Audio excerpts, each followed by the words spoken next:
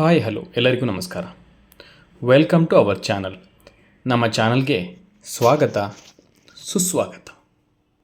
ನರೇಂದ್ರ ದಾಮೋದರ್ ದಾಸ್ ಮೋದಿ, ನರೇಂದ್ರ ಮೋದಿ ಹುಟ್ಟಿದ್ದು ಗುಜರಾತ್ನಲ್ಲಿ. ದೇಶ ಕಂಡಂತಹ ಜನಪ್ರಿಯ ಪ್ರಧಾನಿಗಳಲ್ಲಿ ಇವರು ಒಬ್ಬರು. ಇವರ ಜನಪ್ರಿಯತೆ ದಿನದಿಂದ ದಿನಕ್ಕೆ ಉತ್ತುಂಗಕ್ಕೇರುತ್ತಾ ಇದೆ. ವಿಶ್ವದೆಲ್ಲೆಡೆ ಇವರಿಗೆ ವಿಶ್ವನಾಯಕ ಅನ್ನುವಂಥ ಪಟ್ಟ ಸಹ ಆಲ್ರೆಡಿ ಸಿಕ್ಕಿದೆ. ಸೊ ಭಾರತದಲ್ಲಿ ನೆಹರು ಅವರ ನಂತರ 3 ಬಾರಿ ಕಂಟಿನ್ಯೂಸ್ ಆಗಿ ಇವತ್ತಿನವರೆಗೂ ಯಾರೂ ಪ್ರಧಾನಿ ಆಗಿಲ್ಲ. ಆದರೆ ನರೇಂದ್ರ ದಾಮೋದರ ದಾಸ್ ಮೋದಿ ಇವರು ಆಲ್ರೆಡಿ 2 ಟರ್ಮ್ಸಿಂದ ಭಾರತ ದೇಶದ ಪ್ರಧಾನಿ, ಕಳೆದ 10 ವರ್ಷದಿಂದ ಭಾರತ ದೇಶದ ಪ್ರಧಾನಿಯವರು. ಈ 3ನೇ ಬಾರಿ 2024 ಲೋಕಸಭಾ ಇಲೆಕ್ಷನ್ನಲ್ಲಿ ಚುನಾಯಿತನಾಗಿ ಪ್ರಧಾನಿಯಾದರೆ ನೆಹರು ನಂತರ ಭಾರತದಲ್ಲಿ ಕಂಟಿನ್ಯೂಯಸ್ 3 ಬಾರಿ ಪ್ರಧಾನಿಯಾದಂತಹ ವ್ಯಕ್ತಿ ಇವರೇ ಆಗ್ತಾರೆ. ಇಷ್ಟೆಲ್ಲ ಜನಪ್ರಿಯತೆಯನ್ನು ಹೊಂದಿದ್ದರೂ 2024 ಇಲೆಕ್ಷನ್ನಲ್ಲಿ ಮೋದಿಗೂ ಕೂಡ ಸೋಲಿನ ಭಯ ಆವರಿಸಿಕೊಂಡಿದೆಯಾ? ಮೋದಿಯ ವರ್ಚಸ್ಸು ದಿನೇ ದಿನೇ ಕಡಿಮೆ ಆಗ್ತಾ ಇದೆಯಾ? ಇವೆಲ್ಲದರ ಕುರಿತು ಈ ವಿಡಿಯೋದಲ್ಲಿ ತಿಳಿದುಕೊಳ್ಳೋಣ. ಕೊನೆಯವರೆಗೂ ನಮ್ಮ ವಿಡಿಯೋವನ್ನು ನೋಡಿ ಹಾಗೂ ನಮ್ಮ ಚಾನಲನ್ನು ಈವರೆಗೂ ಸಬ್ಸ್ಕ್ರೈಬ್ ಮಾಡದೇ ಇರುವವರು ತಪ್ಪದೇ ಸಬ್ಸ್ಕ್ರೈಬ್ ಮಾಡಿಕೊಳ್ಳಿ. ಮೋದಿ ಮೊದಲ ಬಾರಿ ಪ್ರಧಾನಿಯಾಗಿದ್ದು 2014ರಲ್ಲಿ. ಸಹಜವಾಗಿ 2014 ಇಲೆಕ್ಷನ್ BJPಗೆ ಚಾಲೆಂಜ್ ಆಗಿತ್ತು. ಆದರೆ ಅದಕ್ಕೂ ಮೊದಲು 10 ವರ್ಷದ UPA ಗೌರ್ಮೆಂಟ್ನಲ್ಲಿ ನಡೆದ ಕೆಲವು ಸ್ಕ್ಯಾಮ್ಗಳು BJPಗೆ ವರದಾನವಾಗಿದ್ದಂತೂ ನಿಜ. ಆ ಸ್ಕ್ಯಾಮ್ಗಳ ಬಗ್ಗೆ ಪ್ರಚಾರ ಮಾಡುತ್ತಾ BJP ಅಧಿಕಾರಕ್ಕೆ ಏರ್ತು. UPA ಅಡಿಯಲ್ಲಿ ಆದಂಥ ಸ್ಕ್ಯಾಮ್ BJPಗೆ ಹೆಲ್ಪ್ ಮಾಡ್ತು. ಸಿಂಪಲ್ ಮೆಜಾರಿಟಿ BJPಗೆ ಸಿಕ್ತು. ಮಿತ್ರ ಪಕ್ಷಗಳು ಸೇರಿದ್ರೆ ಸಿಂಪಲ್ ಮೆಜಾರಿಟಿಯನ್ನು ದಾಟಿ 300ರ ಗಡಿಯನ್ನು ದಾಟಿತ್ತು NDA.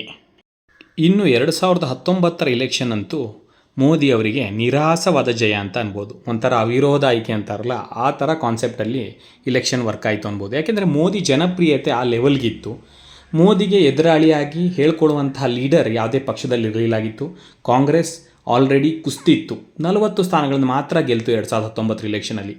ಆದರೆ BJP 303 ಕ್ಷೇತ್ರಗಳನ್ನು ಗೆಲ್ತು. BJP ಮಿತ್ರ ಪಕ್ಷಗಳನ್ನು ಸೇರಿ NDA 353 ಕ್ಷೇತ್ರಗಳನ್ನು ಗೆದ್ದಿತ್ತು.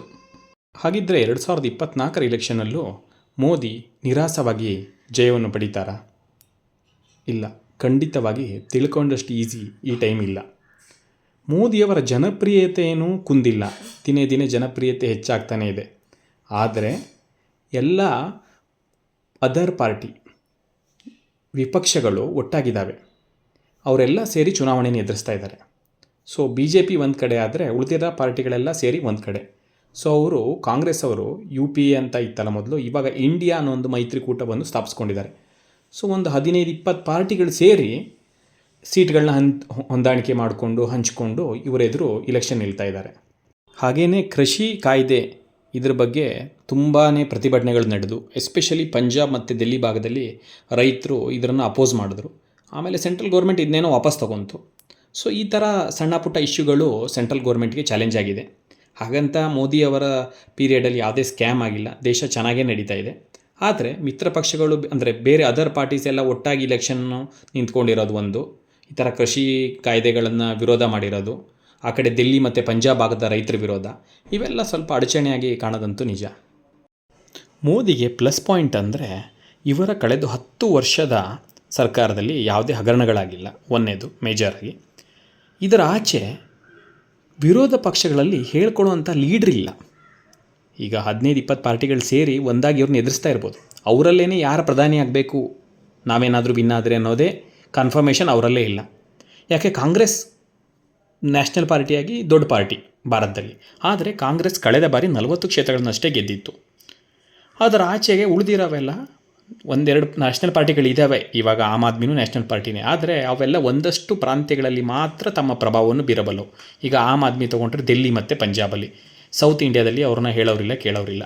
ಹಾಗೆಯೇ ತುಂಬ ಕ್ಷೇತ್ರಗಳನ್ನು ಅವ್ರನ್ನ ಹೇಳೋರಿಲ್ಲ ಕೇಳೋರಿಲ್ಲ, ತುಂಬ ರಾಜ್ಯಗಳಲ್ಲಿ ಎಸ್ಪೆಷಲಿ.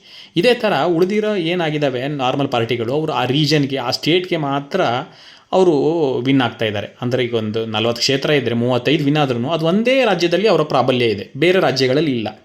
ಸೊ ಹೀಗಾಗಿ ಎಲ್ಲರೂ ಸೇರಿ ಅಪೋಸಿಟ್ ಪಾರ್ಟಿಗಳು ಒಂದಾದರೆ ಅವರಲ್ಲಿ ಪ್ರಧಾನಿ ಯಾರಾಗಬೇಕು, ಸೀಟ್ಗಳನ್ನ ಹೆಂಗೆ ಹಂಚ್ಕೋಬೇಕು, ಈ ಥರ ತುಂಬ ಕನ್ಫ್ಯೂಷನ್ಗಳು ಅದರ್ ಪಾರ್ಟೀಸಲ್ಲಿ ಇದೆ.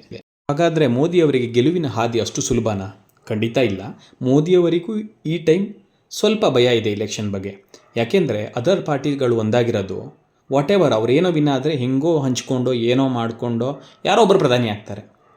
ಸೊ ಅವ್ರ ಮಿತ್ರ ಪಕ್ಷಗಳು ಜಾಸ್ತಿ ಆಗ್ತಾ ಇದ್ದಾವೆ. ಬಿ ಜೆ ಪಿಗಳಿಗೆ ಮಿತ್ರ ಪಕ್ಷಗಳು ಕಡಿಮೆ ಆದರೆ ಸಿಂಪಲ್ ಮೆಜಾರಿಟಿ ನಾವು ಬಂದಿಲ್ಲ ಅಂದರೆ ಏನಾಗ್ಬೋದು, ಇವೆಲ್ಲ ಸಮಸ್ಯೆಗಳು ಬಿ ಜೆ ಪಿಯನ್ನು ಕಾಡ್ತಾ ಇದೆ.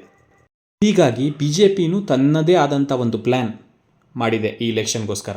ಎಸ್ಪೆಷಲಿ NDA, ಅದೇ ಬಿ ಜೆ ಪಿ ಮತ್ತು ಬಿ ಜೆ ಪಿಯ ಮಿತ್ರಕೂಟಗಳು. ಬಿ ಜೆ ಪಿ ತುಂಬ ಜನರನ್ನು ತನ್ನ ಕಡೆ ಸೆಳೀತಾ ಇದೆ, ತುಂಬ ಮಿತ್ರ ಪಕ್ಷಗಳನ್ನು ಮಾಡ್ಕೊಂಡಿದೆ. ಈ ಮೊದಲು ಮಿತ್ರ ಪಕ್ಷಗಳಾದವರು ಬಿ ಜೆ ಪಿನ ಬಿಟ್ಟೋಗಿದ್ದರು, ಅವ್ರನ್ನೂ ವಾಪಸ್ ಇವಾಗ ಮಿತ್ರ ಪಕ್ಷಗಳಾಗಿ ಎಲ್ಲ ರಾಜ್ಯಗಳಲ್ಲೂ ಸೇರಿಸ್ಕೋತಾ ಇದೆ. ಯಾಕೆ ಗೊತ್ತಾ, ಬಿ ಜೆ ಪಿಗೂ ಗೊತ್ತು ಮಿತ್ರ ಪಕ್ಷಗಳು ಜಾಸ್ತಿ ಆದರೆ ಇಲೆಕ್ಷನ್ನ ಸುಲಭವಾಗಿ ಎದುರಿಸಬಹುದು, ಇಲೆಕ್ಷನ್ನ ಈಸಿಯಾಗಿ ಗೆಲ್ಬೋದು. ಯಾಕೆ, ನಮ್ಮ ವಿರುದ್ಧ ಇವಾಗ ಅಪೋಸಿಟ್ ಪಾರ್ಟಿಗಳು ತುಂಬ ಜನ ಒಟ್ಟಾಗಿದ್ದಾರೆ. ಹೀಗಿರುವಾಗ ನಮಗೂ ಮಿತ್ರ ಪಕ್ಷದ ಅವಶ್ಯಕತೆ ಇದೆ ಅನ್ನೋದು ಗೊತ್ತಾಗಿದೆ. ಈಗ ನೀವು ಕರ್ನಾಟಕನ ಎಕ್ಸಾಂಪಲ್ ತೊಗೊಳ್ಳಿ, JDS ಜೊತೆ ಹೊಂದಾಣಿಕೆ ಮಾಡಿಕೊಂಡು ಮೈತ್ರಿ ಕಾನ್ಸೆಪ್ಟಲ್ಲಿ ಬಿ ಜೆ ಪಿ ಈ ಟೈಮ್ ಇಲೆಕ್ಷನ್ನ ಎದುರಿಸ್ತಾ ಇದೆ. ಈಗ 28 ಕ್ಷೇತ್ರಗಳಲ್ಲಿ 3 ಕ್ಷೇತ್ರಗಳನ್ನು JDSಗೆ ಬಿಟ್ಟುಕೊಟ್ಟಿದೆ. 25 ಕ್ಷೇತ್ರಗಳಲ್ಲಿ ಬಿ ಜೆ ಪಿಯವರು ನಿಲ್ತಾರೆ, 3 ಕ್ಷೇತ್ರಗಳು JDSಗೆ ಬಿಟ್ಟುಕೊಟ್ಟಿದ್ದಾರೆ. ಇದೇ ತರಹ ಬಿಹಾರಲ್ಲೂ ನಿತೀಶ್ ಕುಮಾರ್ ಇವರ ಪಕ್ಷ ಜೊತೆ ಹೊಂದಾಣಿಕೆಯನ್ನು ಮಾಡಿಕೊಂಡಿದೆ. ಈ ಮೊದಲು ಅವರು ಬಿ ಜೆ ಪಿಯವರ ಮಿತ್ರ ಪಕ್ಷನೇ ಆಗಿತ್ತು. ಆದರೆ ರಾಜಕೀಯ ಬೆಳವಣಿಗೆಯಿಂದ ನಿತೀಶ್ ಕುಮಾರ್ ಅವರು ಬಿ ಜೆ ಪಿಯಿಂದ ಆಚೆ ಹೋಗಿ ಲಾಲು ಪ್ರಸಾದ್ ಯಾದವ್ ಪಾರ್ಟಿ ಜೊತೆ ಸೇರಿಕೊಂಡು ಮತ್ತೆ CM ಆಗಿದ್ದರು. ಆದರೆ ಇವಾಗ ಮತ್ತೆ ರಿಟರ್ನ್ ಬಿ ಜೆ ಪಿಗೆ ಬಂದಿದ್ದಾರೆ. ಬಿ ಜೆ ಪಿ ಜೊತೆ, ಅದೇ NDA ಜೊತೆ ಮೈತ್ರಿ ಮಾಡಿಕೊಂಡಿದ್ದಾರೆ. ಹಾಗೆಯೇ ಪಾಸ್ವಾನ್ ಅವರ ಮಗ ಬಿಹಾರಲ್ಲಿ ಚಿರಾಗ್ ಪಾಸ್ವಾನ್, ಇವ್ರ ಪಕ್ಷದ ಜೊತೆನೂ ಬಿ ಜೆ ಪಿ ಹೊಂದಾಣಿಕೆ ಮಾಡಿಕೊಂಡಿದೆ. ಇನ್ನು ಮಹಾರಾಷ್ಟ್ರಕ್ಕೆ ಬಂದರೆ ಎಸ್ಪೆಷಲಿ ಈಗ ಶಿವಸೇನೆ ಜೊತೆಗೆ ಬಿ ಜೆ ಪಿ ಮೈತ್ರಿ ಇದೆ. ಅದೇ ಹೊಸ ಶಿವಸೇನೆ ಇದೆಯಲ್ಲ, ಅವ್ರ ಜೊತೆ ಮೈತ್ರಿ ಇದೆ. ಇದ್ರ ಜೊತೆಗೆ NCP ಜೊತೆ, ಅದೇ ಅಜಿತ್ ಪವಾರ್ NCP ಓಡ್ಕೊಂಡು ಒಂದು ಸ್ವಲ್ಪ NCPನ ಈ ಕಡೆ ತೊಗೊಂಬಂದಿದ್ರಲ್ಲ, ಅವ್ರ ಜೊತೆನೂ ಹೊಂದಾಣಿಕೆ ಇದೆ. ಈ ಮೊದಲು NCP ಕಾಂಗ್ರೆಸ್ ಜೊತೆ ಮಾತ್ರ ಮೈತ್ರಿ ಇತ್ತು.